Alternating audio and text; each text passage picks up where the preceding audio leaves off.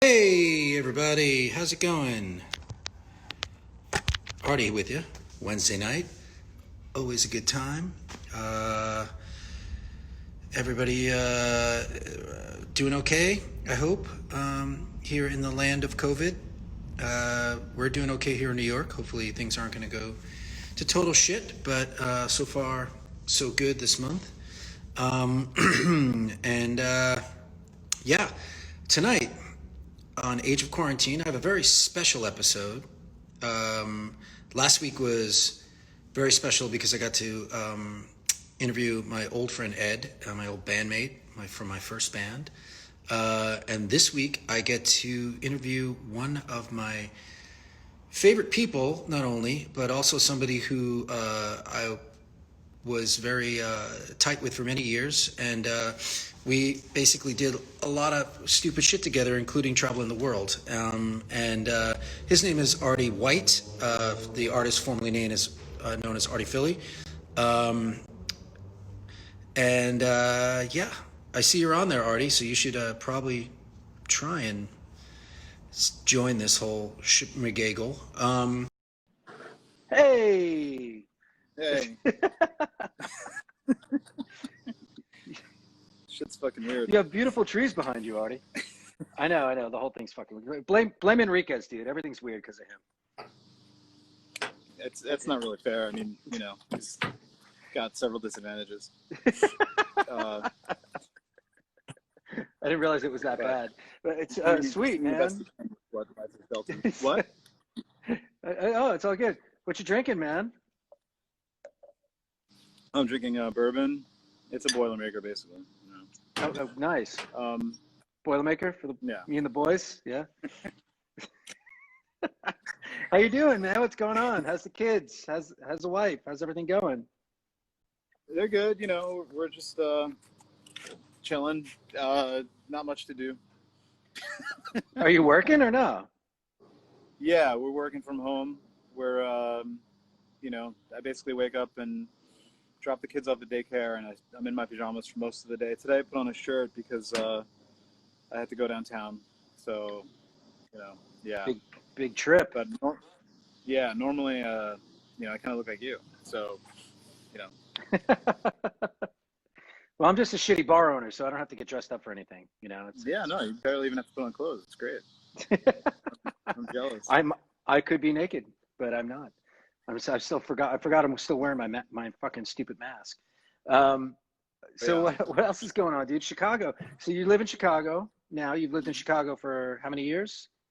10 as of March. Wow. Yeah. So I moved out here. Yeah, I don't know. Does anyone care? Yeah, I moved out here about 10 years ago when, broke up with my girl there after 10 years, had a job opportunity here, came here. New York is, it's home, but it's loud and it's dirty and it's, everybody sucks. And, I don't really have any love left for it. Chicago can be a little bit You're like there. that too, man. Mm. Not as crowded. It's not as crowded. Okay, making friends as usual, Artie.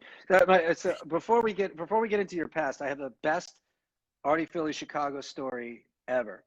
So I'm lucky enough that my good old friend Artie comes to see me whenever I play in Chicago. And so this one night we played a place called the Elbow Room, and it was an awesome show. We were on tour with Mares of Thrace and Pilgrim, and after the show, apparently in Chicago, no one gives a shit about staying open after hours. So Artie was like, "Yo, we got this. This is karaoke night. You should totally come to it." I was like, "All right, dude."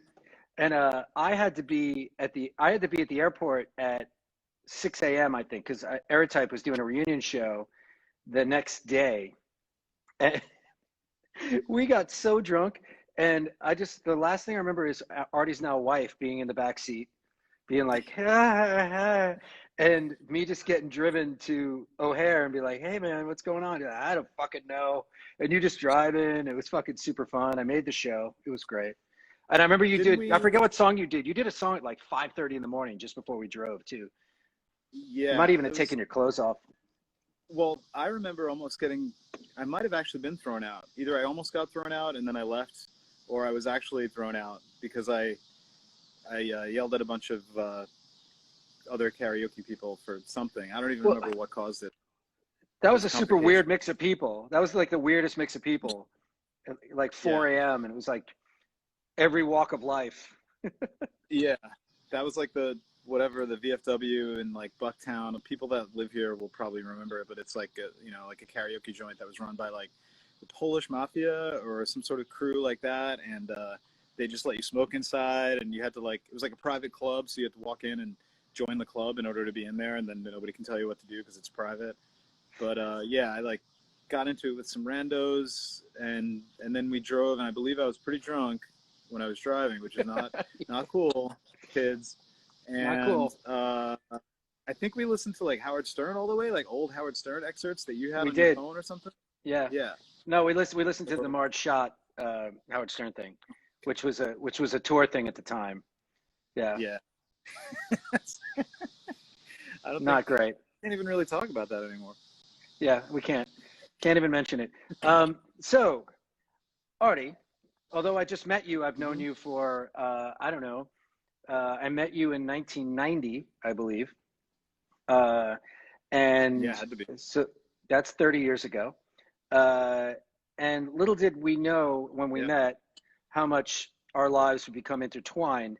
Um, I was talking. I had Ed Reyes on last week, and he was talking. We were kind of talking about how Mind Over Matter started and when we first met you, which I think was probably the second Mind Over Matter rehearsal, when you suggested that we be called Ninth Circle, which was a good name. Heck, yeah.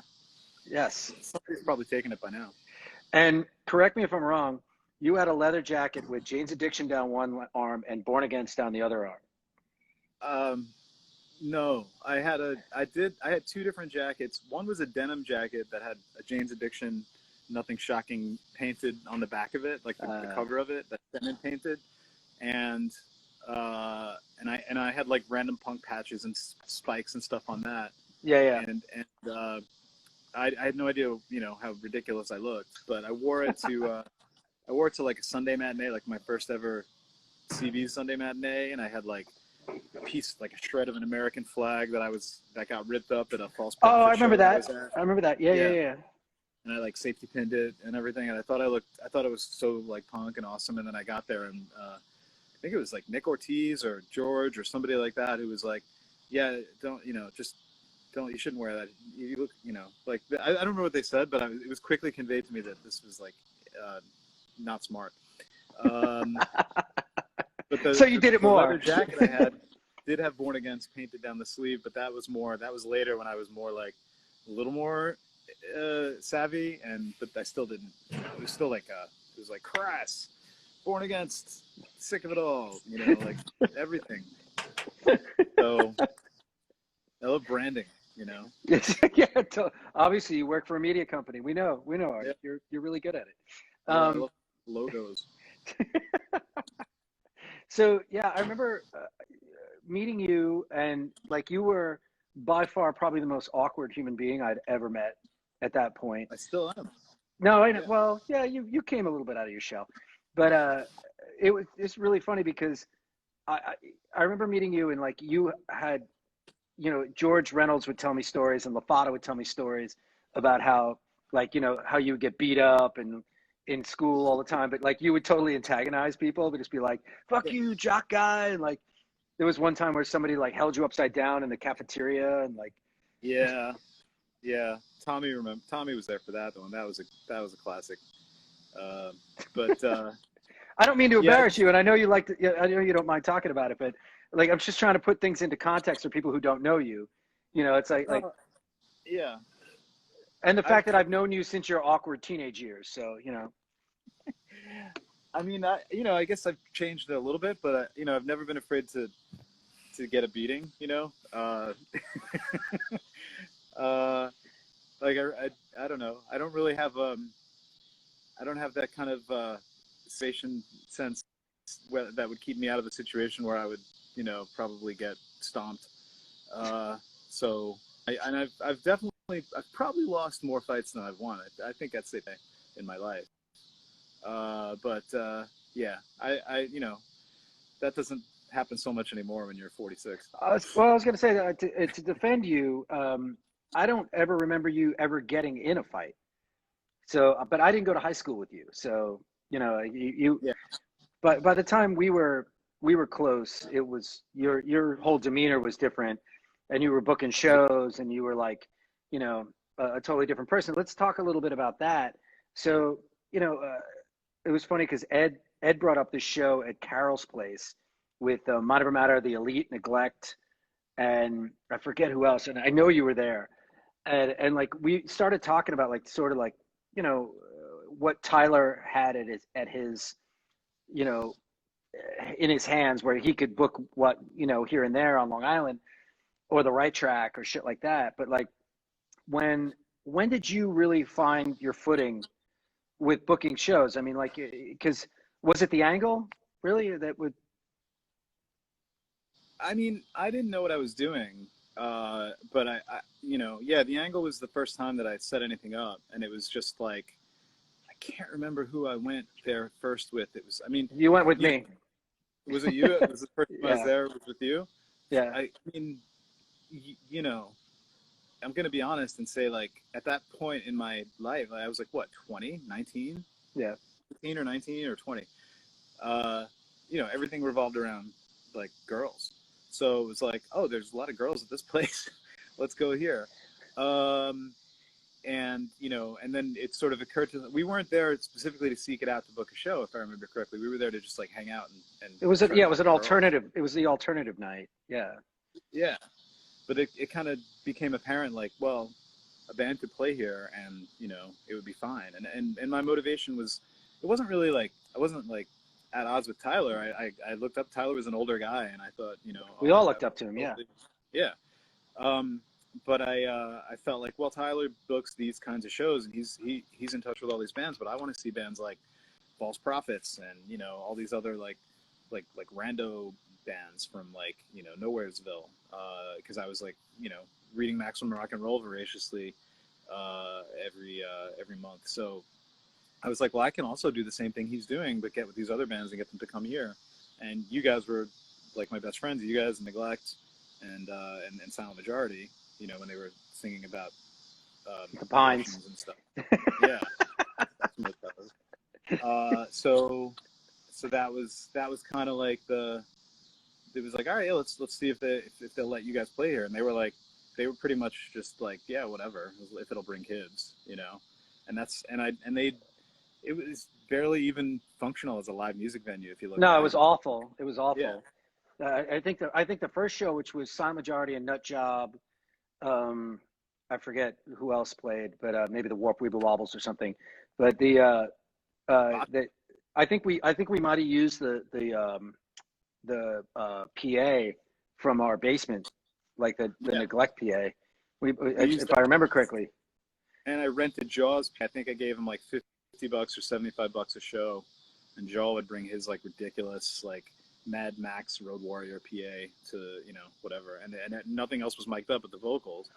But it was great. I mean, the kids in Long Island, we realized quickly were just starving for shit like that because most of these kids couldn't go to Manhattan, couldn't go to the boroughs and see all these other bands. So it was like, oh, we have bands locally that we can go see, and the other alternatives on Long Island were Sundance, which was age restricted and kind of like Mafia Run, and like Hammerheads, which was like awful, pay to play. Yeah, pay to play. So it was like, I don't know, we could just do this ourselves. I didn't really know much about the DIY like ethic. I just felt like, well, I could do this, and it's something I can do because I can't play a fucking instrument. I can't do X, Y, or Z, so I can actually like organize stuff to do. And that was how it started.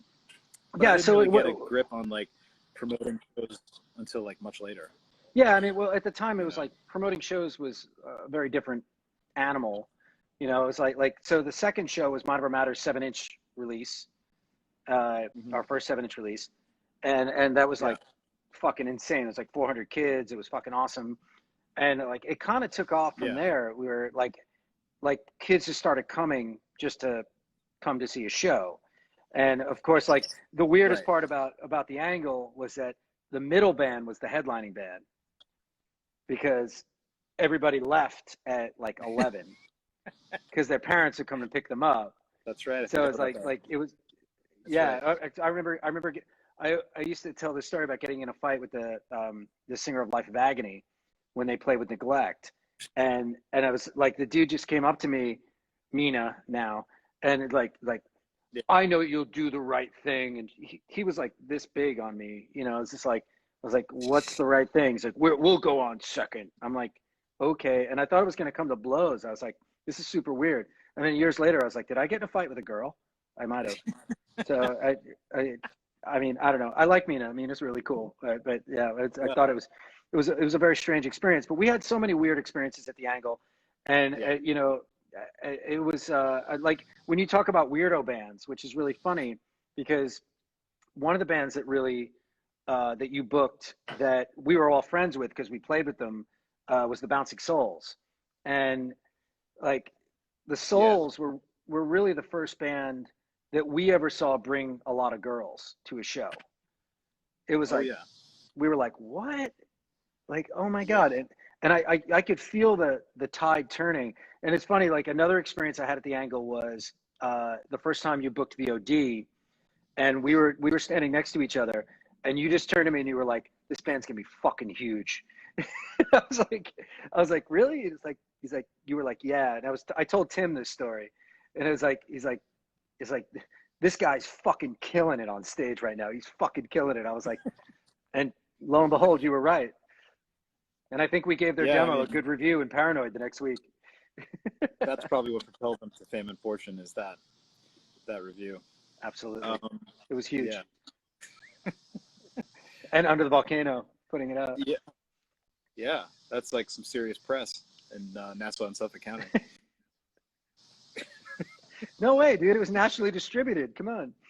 So that's a really funny story too. So we did me and you we did a fanzine together called Paranoid, which was basically just an Yep. excuse for us to be at Kinko's till 5 o'clock in the morning because we had nothing better to do and drink their coffee for free.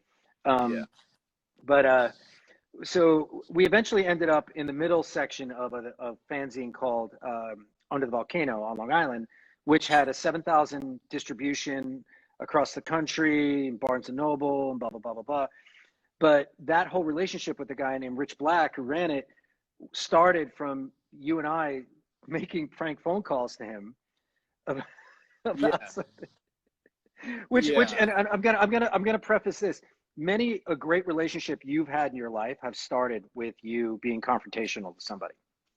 Oh, I could make a list, a really long list of, and you know, again, I was like really, I took all the wrong cues from like Born Against, Sheer Terror, SFA, all those bands that were like my favorite bands, and I was like, oh, everyone is an asshole, and it's my role to call them out. So I would just call out people that I had no fucking relationship with or knowledge of, and I would just be like, this sucks, this is fake punk, this is doesn't this isn't has no relevance to music and culture and whatever. And then inevitably I would become friends with those people, and I would kind of like come around and feel more I don't know, I'd feel a little bit sheepish.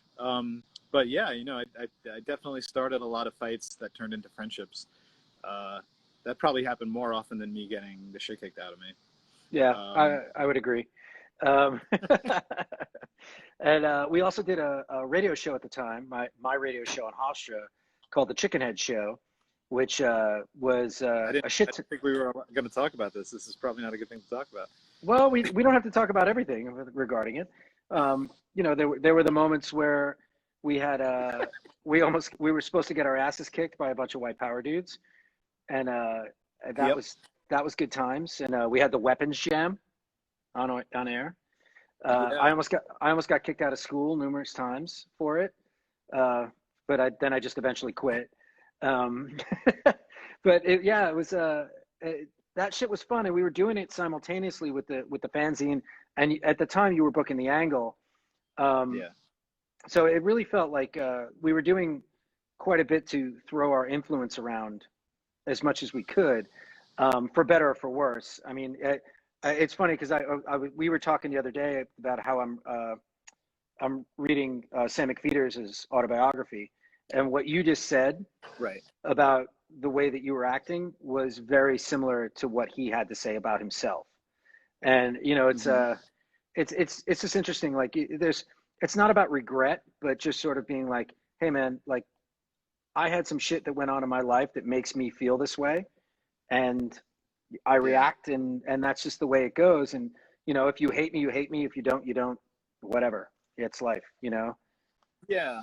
And it wasn't really about being like a provocateur or whatever. It was like, you know, and I see this happening even now in church, where you feel like you don't have any control over anything, so you exert control over the things that you can manage and control, and you can become an authority in. So I felt like, well, I know a little bit about this, so now I know everything about this. And it's the same thing now with like people that freak out about masks and things like that are common sense. It's because they have no control over what's going on. So this is their way of sort of expressing, well, I can control it and I do know stuff. And it's kind of, it's childish in the way that I was childish, but I was literally a child.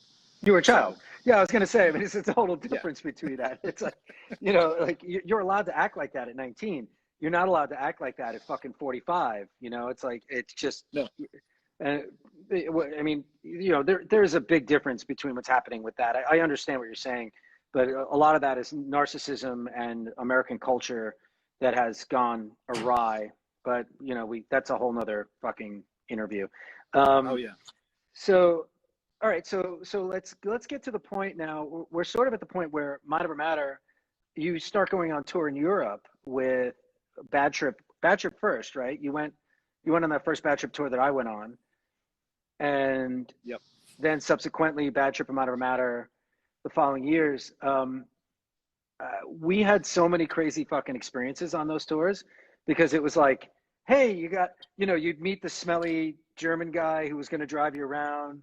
You know, he hadn't taken a shower in 3 weeks. He was a vegan. So we all had to eat vegan. We didn't understand that, especially John LaFata. And like fucking, you know, and like meat. And then like fucking, and then we were literally following a fucking map.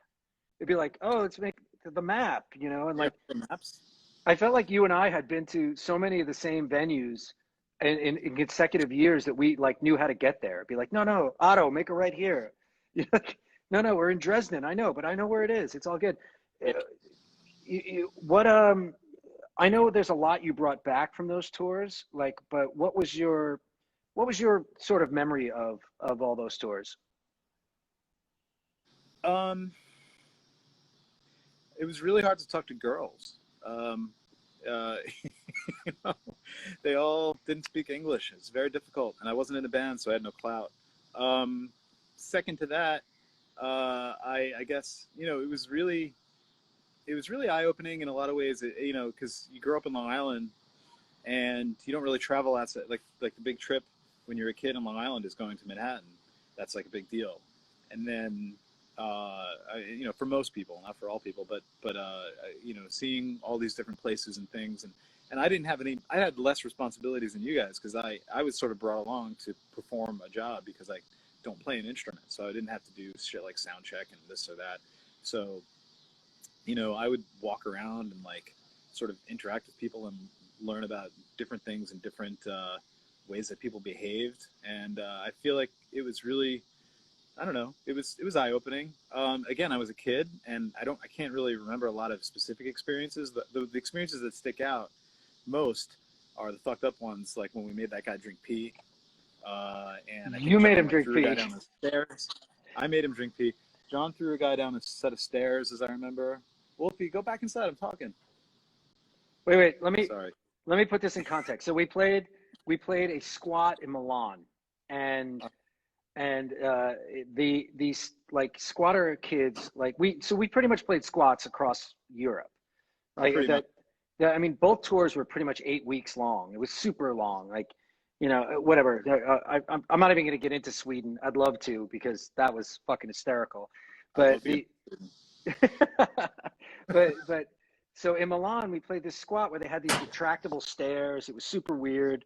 Like it was like we called it the Indiana Jones squat because like if you had to, like if you were too drunk and you stepped, you would fall 3 floors. The reason they did that is because the cops, yeah, in Italy, in Milan, Yeah. and the cops would raid them. That's why they pulled the stairs up. But the venue, the Das Fascist, yeah, I'm saying German because I don't know how to speak El Fascist, maybe in Italian. So ignorant. So fucking who knows? Italian. Was fab, dude. Anyway, so fucking, Yeah. we're like, the venue was in the basement, and these squatter kids kept asking us for beer. Oh, give us your beer, Americans, rich Americans. They would call us rich Americans. Yeah. Oh, give us your beer, rich Americans. They're all fucked up. So of course, Artie being Artie goes and pisses in his beer can and walks back up. And I think you might have even been sober at this time. And it's just like, oh yeah, I got some beer for you. Straight edge. Yeah. I got some beer for you. That typical straight edge kid move, you fucking prick. So fucking pours it in there, and they're like, oh yeah, this is great beer. This is great beer. We were all just like, oh my God. Holy shit. Dude, all right. So on that same tour, Olaf, Sweden. Oh yeah, Olaf. Holy shit. Yeah, so this dude, we said, this is the last story I'm going to tell from this tour because I want to get into the PWAC and what these tours did to influence you. And this is all the bad stuff. Oh, wait, I got to tell the story about the guys who pulled out the guns on us in East Germany. Oh, yeah. When Otto was like, get in the car, and you and John LaPata had switchblades. You're like, fuck you, man, we're going to kill you. And these guys go in the back of the home. They're putting together fucking guns and shit. He's like, we have to leave now. Anyway, so, but I remember in Sweden, we were staying at this guy's place, and it was like a mile off the road. His name was Olaf. He was nice enough to let us stay, but he only had an outhouse, and we had to pee in a bucket inside. But he took a shine to Artie, and Artie stayed in his room. He's like, do you want to look at some porno? Yep. In his tidy whities. But this guy had the biggest collection of rare Revelation records in the world. Am I correct?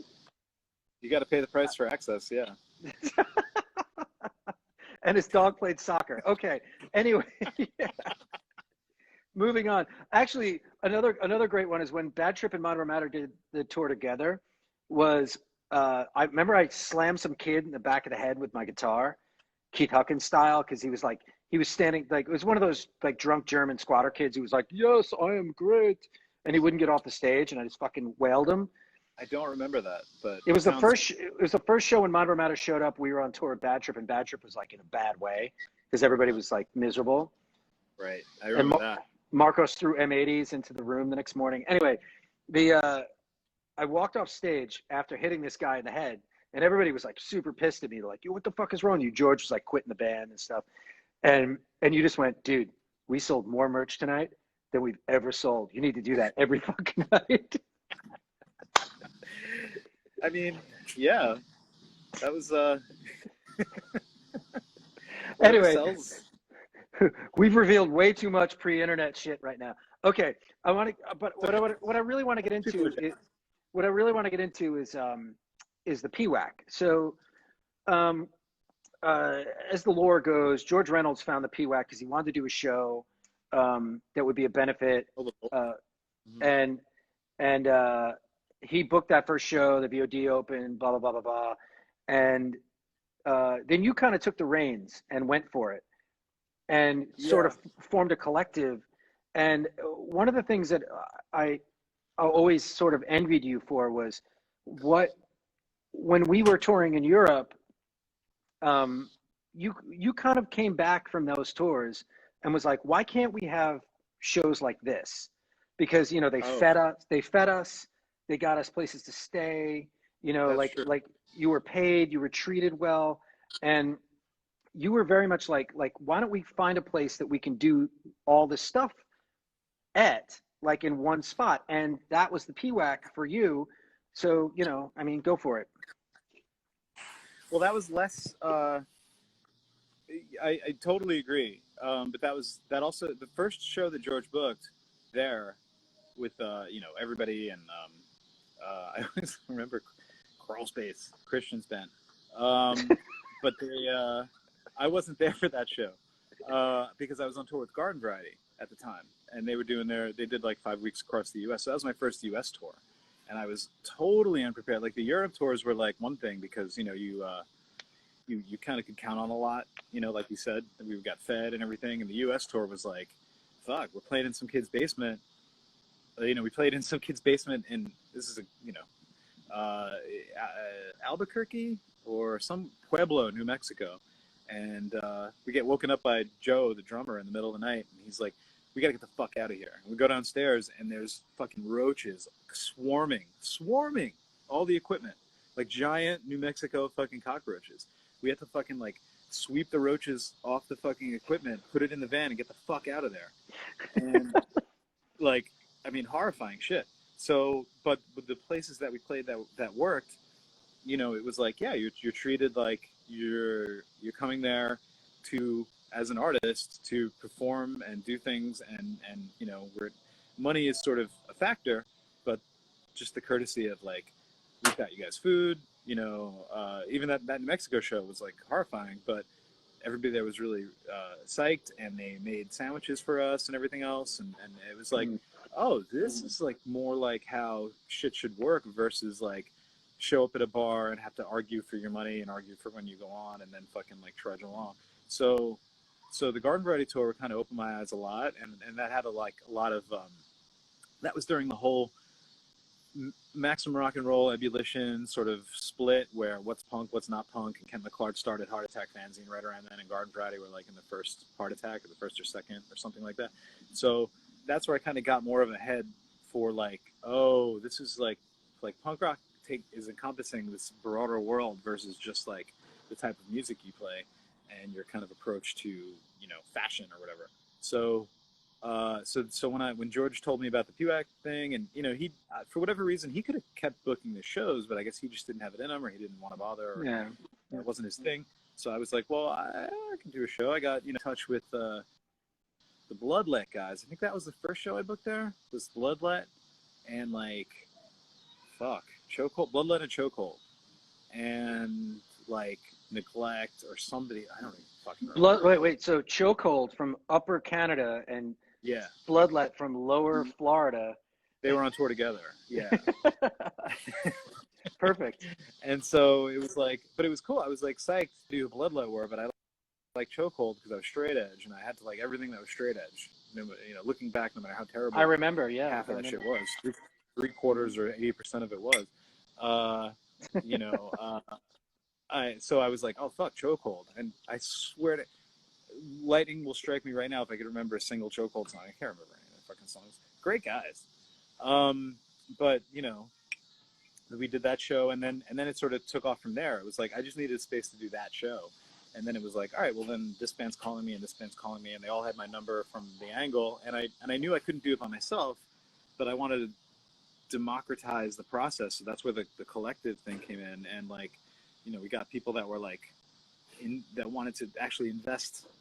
They took a risk. They said, okay, if we ever don't make our rent 1 month, we agreed to pay rent every month.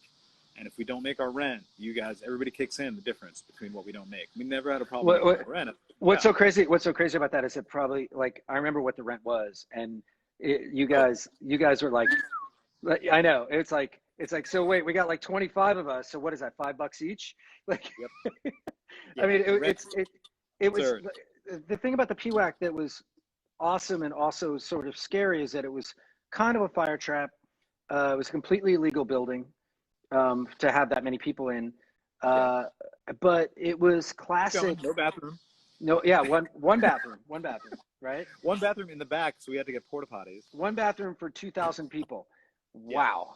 Yeah. Anyway, the Fugazi show was super fun. I worked the bathroom that day.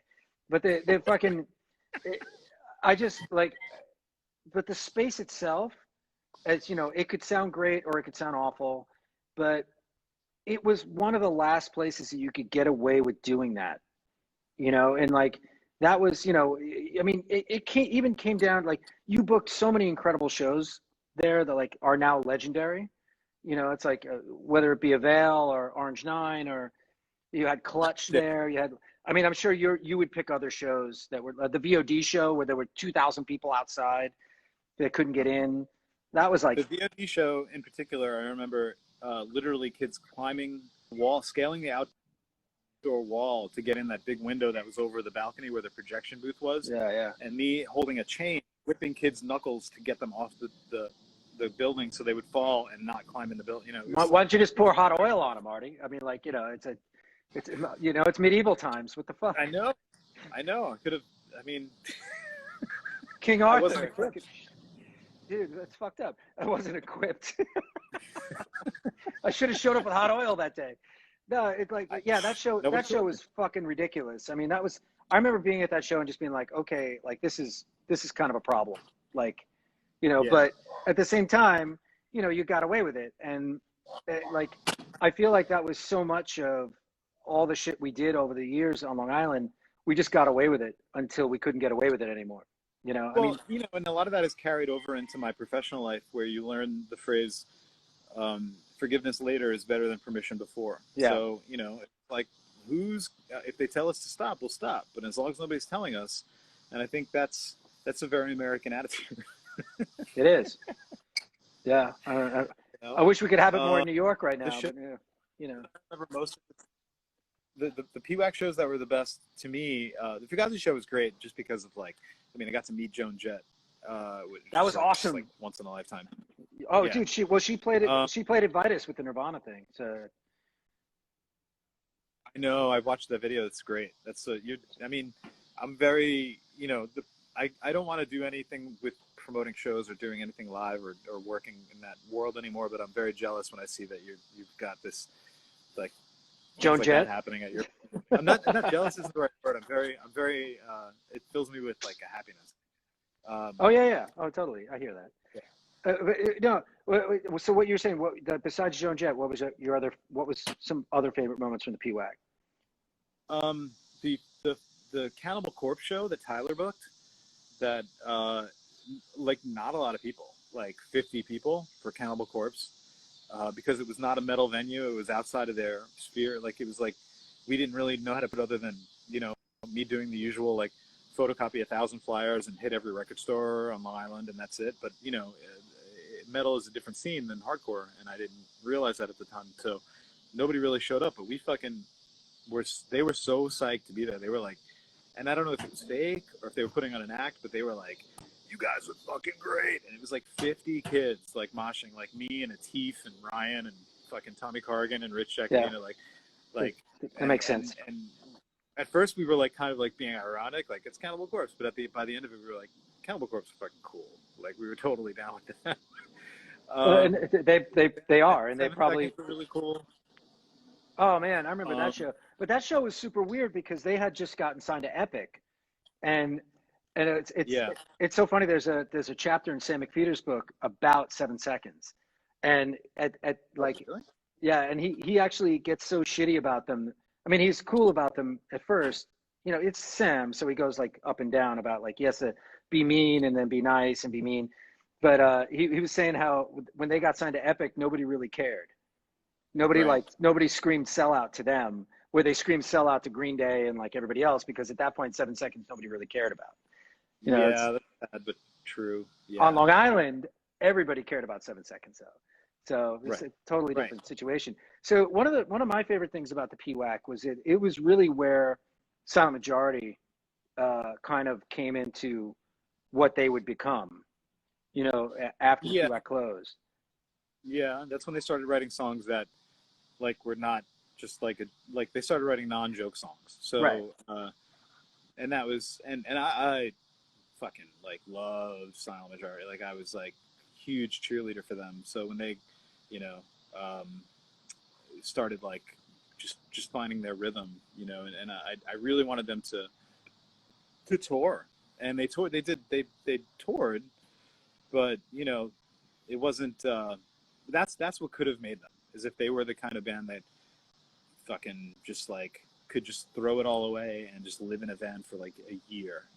That could have made them, you know. But they were like, it was like 1 tour, 2 tours, and and like it was a big thing each time, you know. And, I feel like if they would have just like my word it, you know, they would yeah, have. I agree, but there's a lot of bands you could say that about, and at the end of the day, Oh the yeah, style of I can say music that that we're your band. some, yeah, the solid majority couldn't like I always say that the smart kids they stay like I interviewed Daryl from Snapcase on this, and like those guys all were in school and they never toured outside of summertime, and like it was like, and they all have Yeah, master's degrees and like have real lives now, where it's like I was scrimping after my major label shit and all that stuff, like scrimping and saving to maybe be a bartender. You know what I mean? Like it's just like it's lifestyle expectations, and I had none. I had zero lifestyle expectations, and it's true. I didn't think It's I true. don't think you did either. But for some reason, you were able to stay in school and take care of yourself. I don't like you're a very self motivated Oh, guy, but no, no, no, no, no. I didn't stay in school. I didn't go back to school until I was like, I mean, I no, graduated I know, school. but you went back. You went back. I did. I did go back, but I was like, you know, I basically had nothing else. I was like, put me on the fucking road. You know, I would have done whatever at that point in my life. So, but everybody else had structure. They had families, they had girlfriends, they had things like that. I was like fucking dying. I would have gone on tour with, fucking Madball at that point. They're Which, fun. They're fun guys. I mean, no, they would be fun, but I don't think I wouldn't have lasted 2 seconds. I can't argue with a guy about if he's a large or an extra large Madball shirt wearer. I don't know, how that goes. But, but All I had right, no so wait, musical talent. I still have no musical talent. okay, all I right. So have let's get into that zero. now. Fuck you. Let's get into that now. Let's get into that now. So all right. So you made of course a snarky comment about this interview, about how you've been disconnected from music for 10 years and blah blah blah blah blah. Before we get into your bands, we got 20 minutes left, because I do want to get into your bands because they are very, very, very. No, fuck you. Stop laughing. They're very important. Okay. They are. I Okay. know in a small world, but I would say that stuff like Millhouse, and especially Indecision, reach way beyond any of the shit that you other bands you were working for, doing merch and shit like mine.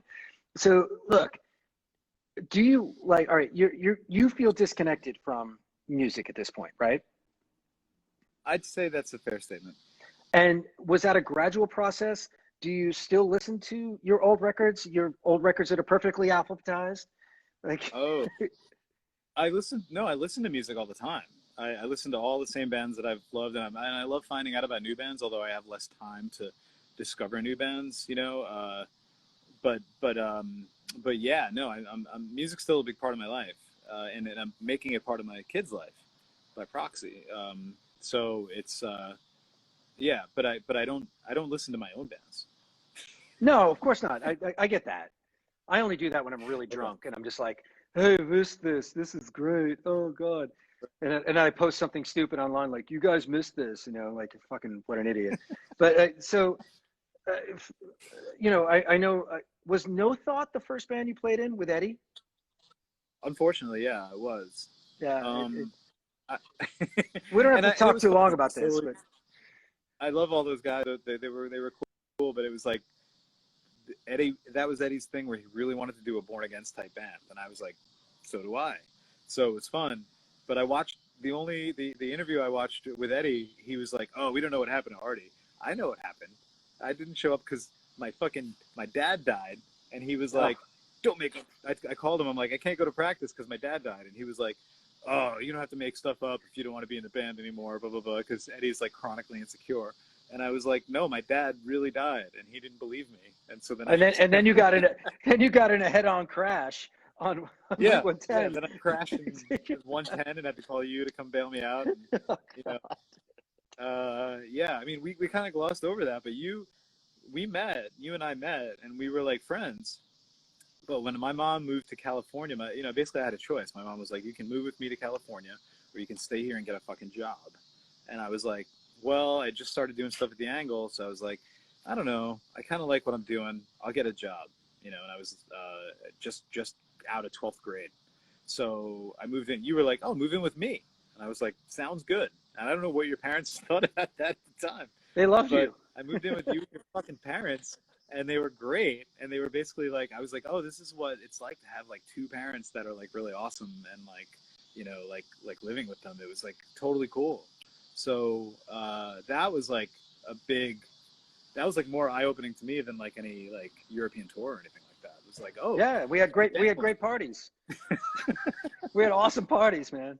we did have good parties. So, We did have good. We always had to clean up in a hurry before they got home, but we did yeah, have it good was always parties. a I pain hope in the they're ass.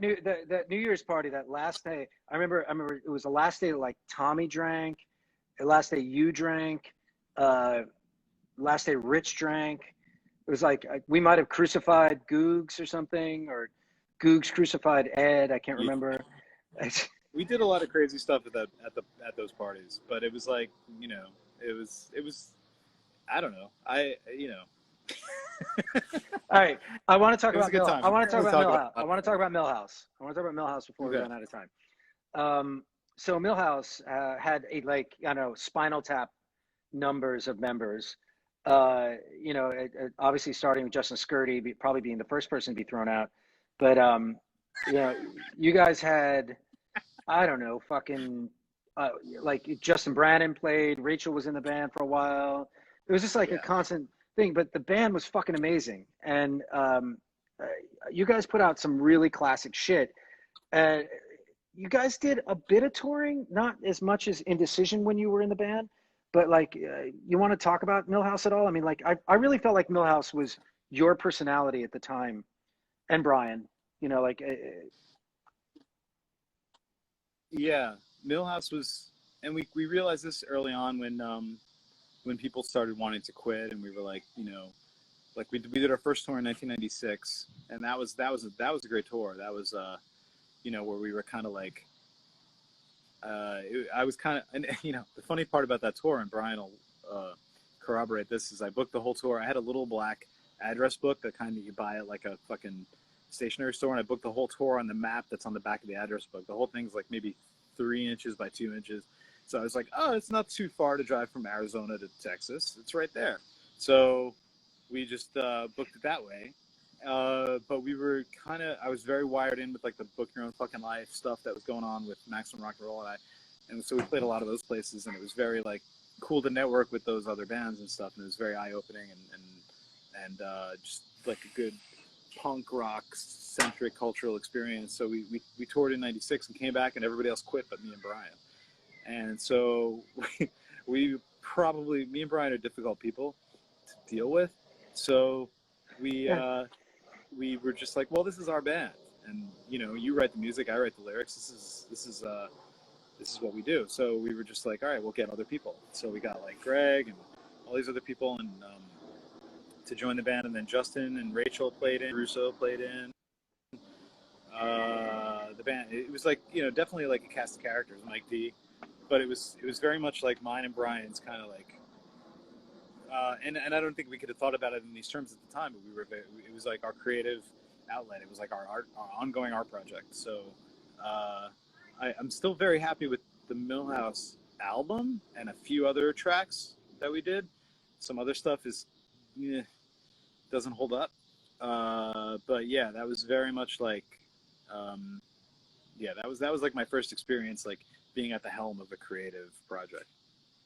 and I thought like, you know, your lyrics, everything, the like the artwork, just everything about it was, I was actually really happy that you waited as long as you waited I to gotta do pee, it. so I'm gonna pee while we're doing this interview.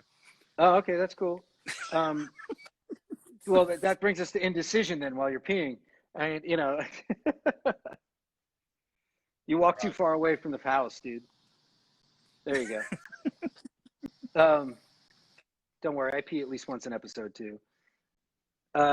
So that brings us to Indecision, where you know, which must have been a really weird experience for you, because it was like you going into someone else's situation. And like, did they give you a lot of freedom as far as lyrics went and stuff like that? I mean, yeah and no. I mean, it was, you know, Indecision was sort of like how Millhouse was like mine and Brian's creative thing, Indecision is very much Justin's thing. So, and I don't think he'll disagree.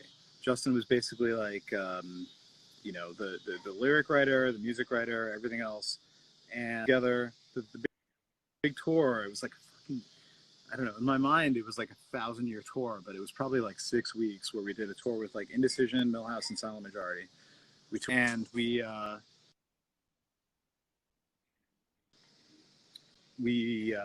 never paid the money that girl thinks that we owed her for booking the tour. But hold on, I'm going out from my garage, from the back of my garage while I'm peeing. So we what the fuck was I going to talk about?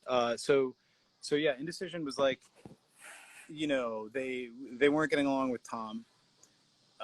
Who, you know, he's a nice enough guy. At the time, I wasn't getting along with Tom either, so the opportunity came up, and they were like, "Oh, join our band," and I was like, "All right, fine." And I thought the two bands could coexist, and they couldn't.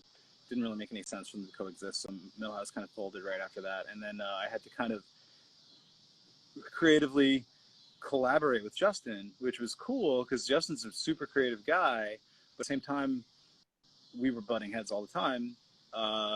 You know, not only in the process of like writing stuff, less that than just like being together on tour, because he's, you know, kind of like the guy in charge, and I like to be the guy in charge. So it was like, you know, we were battling a lot. And but the fuck with this fucking phone shit. I'm on low power mode. So yeah. So it was weird. It was weird, but it was cool. It was a great 2 years. We toured as much as I had ever wanted to tour.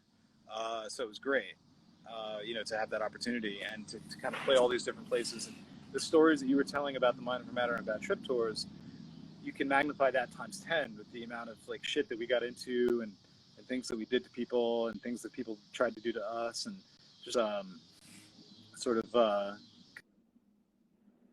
conflagrations that happened on those tours, and it was great. And I probably shouldn't really talk too candidly about them because Justin's like a no, don't. It's fine. So Yeah. really Yeah. Well, I was going to bring that up. I mean, Justin, you know, he's my rep, one zip code over, and it's oh, nice. yeah. I mean, I'm about to write him an email regarding a couple of things. But I mean, he's actually no, he's been actually fantastic as a politician, as somebody who actually gives a shit about the neighborhood. He started a thing for independent venues in New York as a politician, which, you know, is like great. And, you know, hopefully he'll be able to come through for us in some way or another. I see him being the mayor someday, honestly, but, you know, but yeah. I got to say all the jabronis and fucking all the Goomba Johnnies, they fucking hate him in Bay Ridge. So they hate him and they love him. I mean, you know, the fucking place, they don't fucking know what they want. They'll do whatever the fuck they get told to do. He could be the mayor. He might as well be. I mean, you know, it's not like he's any less qualified than any other yahoos that you guys have had over there. Yeah, well, Donald Trump is the president. Anyway, right. Yeah. Anybody can do anything. What a country. I want to tell one great story before we get into a closure type situation. So I never liked closure. I'm at a show at Tramps. Indecision is on stage. They're opening for Hatebreed, and Artie goes, big thumbs up for Jamie Josta.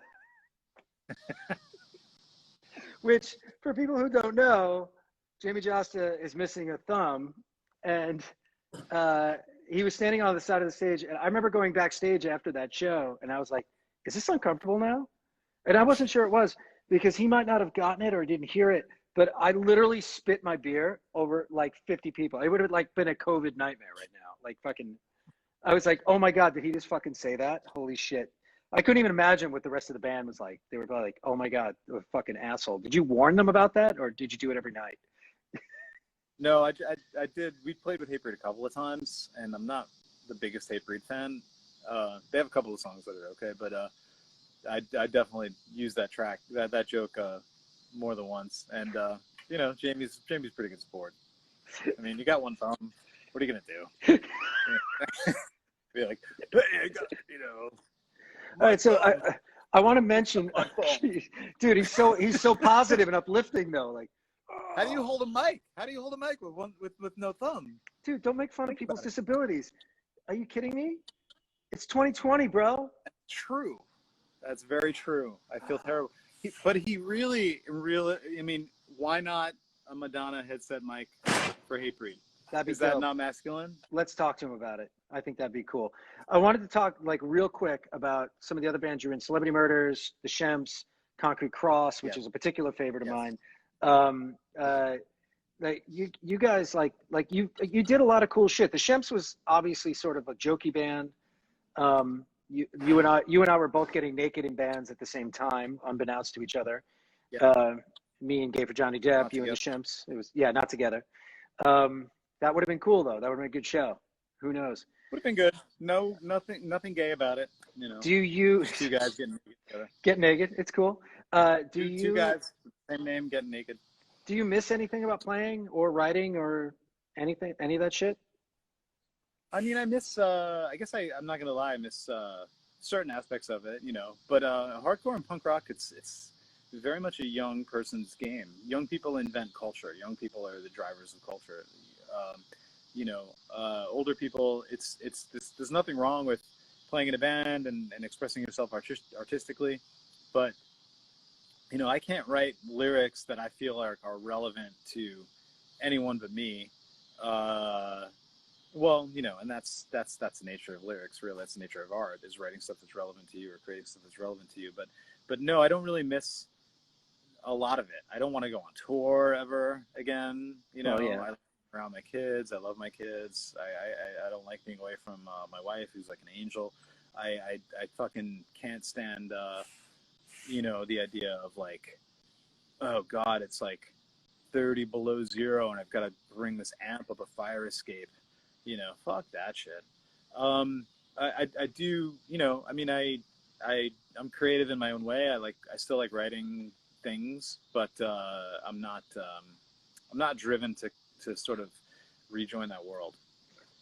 Okay, last question. Do you still have your record collection? Yeah. I'm actually talking with like a custom shelf builder to build these bookshelves to hold my records in my living room in my house. So it's ridiculous. My record collection is.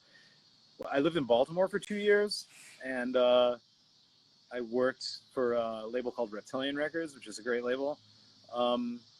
And it just like suddenly that sparked, like I had always bought records and collected vinyl, but this was like, it was like opened up like floodgates. Like I was suddenly exposed to all this new stuff that I'd never really interacted with before, and like started listening to, you know, bands like Laughing Hyenas and you know, Unsane and all this stuff. And then so I just started glomming vinyl. And so, working at Reptilian was cool because when they didn't make enough money to pay you, you could take your pay in records. So I would take more records. And so I have a garage full of records that I need to still store. So wait, you haven't alphabetized them yet, Artie? All right, so you haven't alphabetized them? I mean, come on, dude. You'd hate my fucking record collection. In boxes. I still have almost all my records. Displayed. It's a fucking mess. All right, so wait, yeah, oh yeah, remember that Artie Phillie Likes Nirvana that was on the Matrix of the Mind Over Matter record? Yeah, thanks, Googs. Oh, now it's Hines. Sorry, it's Hines, not the unit. But one real quick story, great story. One of the best things about fucking with Artie when he lived with me was he was so OCD about his records being in alphabetical order that going and making them in reverse order or fucking with them made him completely fucking insane. And I would leave the room and he'd just go, ah. It was really funny. Anyway, we got 15 seconds left. I love you, dude. I miss you. Say hi to your family. You're the fucking best. And thank you for doing this. And yeah, see, we had stuff to talk about, dickhead. Fuck off. Yeah, I guess you're right. We did. All right.